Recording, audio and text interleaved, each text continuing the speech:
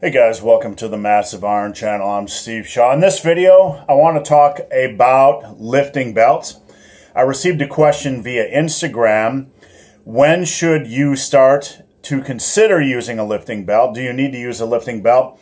I've covered this before, but it's been a couple years, so I'm going to hit this question up again.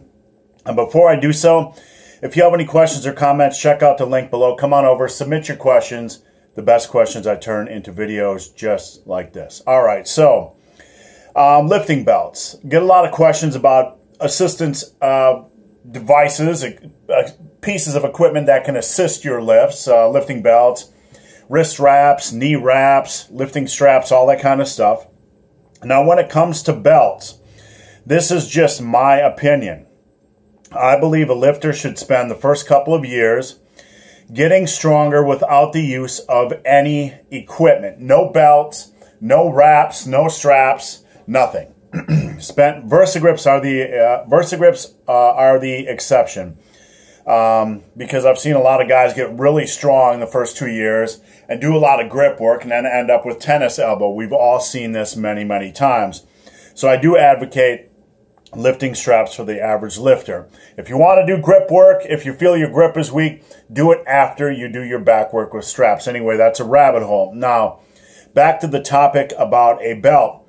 The first several years, I want you to work on form, work on bringing up your strength without the use of a belt. After you have good form, and you want to play around with a belt, then by all means do so. What a belt does, the main benefit of a belt for a lifter who's lifting heavy is it helps with tightness. It helps to brace. You get that belt nice and tight, and then you're pressing out on it. It's like a cue. For me, when I used it briefly, you press out on it. It helps you maintain that core tightness. It helps you focus on core tightness, and it helps you as well focus on lower back tightness or back tightness. So it is worth trying after a couple years, but I don't want you to bring anything into the equation the first several years of lifting that can be a distraction. Learn how to squat, learn how to deadlift without a belt. Learn how to get tight without a belt. If you can't learn how to get tight without a belt, you're not going to be able to get tight with a belt. You need to focus on form and tightness as you bring your strength up. Now, some people will say, is that a hard and fast rule, big, hairy, ugly dude, that you have to wait 2 to 3 years to get a belt? No. That's just general advice.